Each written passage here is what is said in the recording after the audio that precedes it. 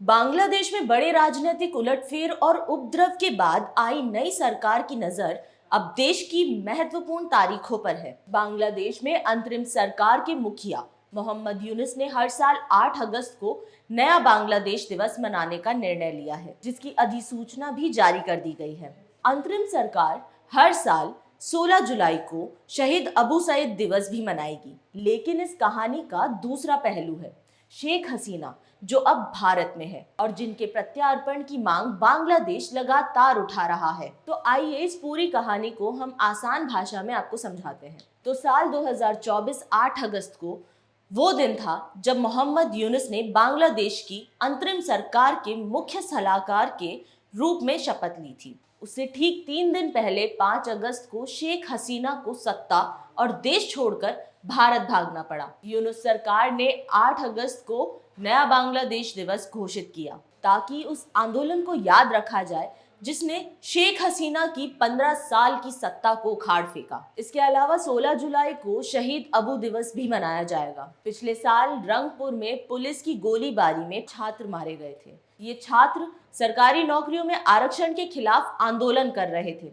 ये आंदोलन जो जून 2024 में शुरू हुआ, धीरे धीरे हसीना सरकार के खिलाफ बगावत में बदल गया। बांग्लादेश की सरकार ने इन दोनों दिनों को राष्ट्रीय अवकाश घोषित किया है और सभी मंत्रालयों को इन्हें खास तरीके से मनाने के लिए भी कहा है। लेकिन सवाल ये है कि क्या ये नए अवकाश सिर्फ उत्सव है या बांग्लादेश की जनता को एक नई शुरुआत का संदेश देना चाहते हैं। 5 अगस्त 2024 को वो दिन था जब शेख हसीना ने इस्तीफा दिया और अपनी बहन शेख रिहाना के साथ वायुसेना के विमान से भारत आ गई। यूनुस सरकार ने इस दिन को भी राष्ट्रीय अवकाश घोषित किया है, जिसे छात्र जन आंदोलन दिवस कहा जाएगा। 1 जुलाई से 5 अगस्त तक देश भर में कार्यक्रम होंगे, जिनका मुख्य आयोजन 14 जुलाई से 1 अगस्त तक होगा। सांस्कृतिक सलाहकार मुस्तफा सरवर फारूकी ने कहा कि ये जश्न उस एकता को फिर से जगाने के लिए है जो आंदोलन के दौरान देखी गई थी।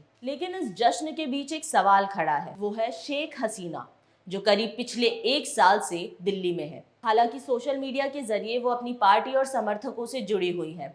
बांग्लादेश की अंतरिम सरकार ने उनके प्रत्यार्पण की मांग की है, क्योंकि उन पर नरसंहार और मानवता के खिलाफ अपराध के आरोप है। भारत ने अभी तक इस मांग पर कोई फैसला नहीं लिया है, क्योंकि हसीना को लंबे समय से भारत का करीबी सहयोगी माना जाता है। बांग्लादेश एक नए दौर में कदम रख रहा है। नया बांग्लादेश दिवस और शहीद अबू सईद दिवस उस आंदोलन की याद दिलाते हैं जिसने एक सरकार को गिराया। लेकिन एक सवाल यह भी है कि क्या ये नए अवकाश बांग्लादेश को एकजुट करेंगे या सियासी जख्मों को और गहरा करेंगे? क्या नया बांग्लादेश दिवस और शहीद अबू सईद दिवस मनाने के पीछे 1971 के बांग्लादेश की आजादी के प्रतीकों को खत्म करने की कोशिश है? बांग्लादेश को आजादी दिलाने में महत्वपूर्ण भूमिका निभाने वाले मुजिबुर रहमान की मूर्ति को तोड़ना और अब सत्ता परिवर्तन की घटना को आजादी के प्रतीकों के तुलना में महत्व देना, क्या इसके पीछे मकसद कुछ और है? और सबसे बड़ा सवाल, शेख हसीना का भविष्य क्या होगा? क्या भारत उन्हें वापस भेजेगा या बांग्लादेश की सियासत में कोई नया मोड़ आएगा? ये सवाल वक्त के साथ जवाब मांगेंगे। इस वीडियो में फिलहाल इतना ही। वीडियो को लाइक कीजिए, शेयर कीजिए और चैनल को सब्सक्राइब करना ना भूले। पब्लिक माइक, आपकी आवाज।